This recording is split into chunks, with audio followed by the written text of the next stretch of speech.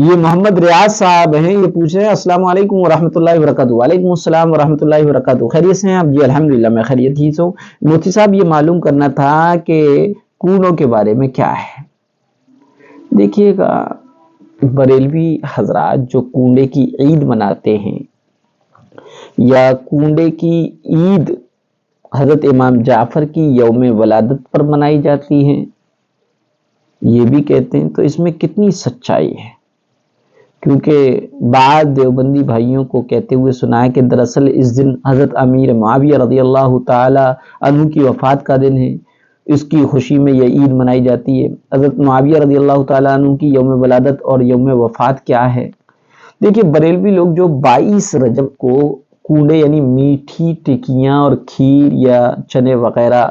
بنا کر عید مناتے ہیں، یہ شرعاً بے اصل ہے۔ قرآن حدیث میں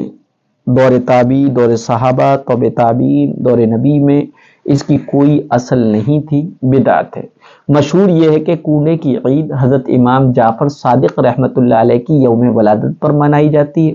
جبکہ سچائی اور حقیقت یہ ہے کہ کنڈوں کی یہ مروجہ رسم دشمنان صحابہ شیعہ نے حضرت معاویہ رضی اللہ تعالیٰ عنہ کی وفات پر اظہار خوشی کے لیے ایجاد کی ہے۔ 22 رجب حضرت معاویہ رضی اللہ تعالیٰ عنہ کی تاریخ وفات ہے۔ 22 رجب کو حضرت جعفر صادق رحمۃ اللہ علیہ سے کوئی تعلق نہیں ہے، نہ اس میں ان کی ولادت ہوئی نہ وفات ہوئی، کیونکہ حضرت جعفر صادق رحمۃ اللہ علیہ کی ولادت اور پیدائش 8 رمضان 80 ہجری یا 83 ہجری کی ہے، اور وفات جو ہے شوال کے مہینے میں ہے 148 جو ہے میں ہوئی ہے، ہجری میں ہوئی ہے۔ اس سے ثابت ہوتا ہے کہ اس رسم کے محض پردہ ڈالنے کے لیے، پردہ پوشی کے لیے حضرت جعفر صادق رحمۃ اللہ علیہ کی طرف منسوب کیا جاتا، ورنہ در حقیقت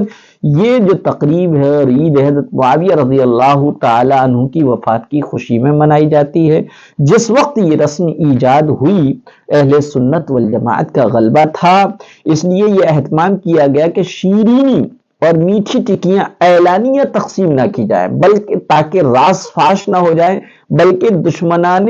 حضرت معاویہ خاموشی کے ساتھ ایک دوسرے کے یہاں جا کر اسی جگہ یہ شیرینی اور میٹھی ٹکیاں کھا لیں جہاں اس کو رکھا گیا ہے، اور اس طرح اپنی خوشی کا اور ایک دوسرے پر اظہار کر دیں۔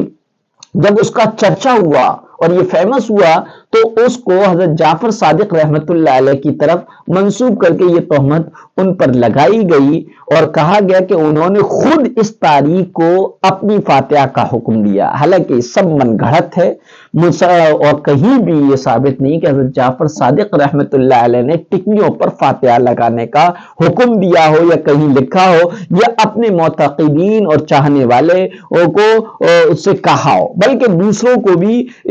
کیا ہے آپ نے کبھی نہیں کہا۔ اہل بیت پر یہ الزام ہے، امام جعفر صادق رحمۃ اللہ علیہ اہل بیت میں سے ہیں، ان پر یہ الزام ہے اگر کوئی یہ کہتا ہے، لہذا ہمیں ایسی ہرگز نہ بات زبان سے کہنی ہے نہ ایسی رسم کریں، بلکہ دوسروں کو بھی اس حقیقت سے واقف کرائیں، اس سے بچانے کی کوشش کریں۔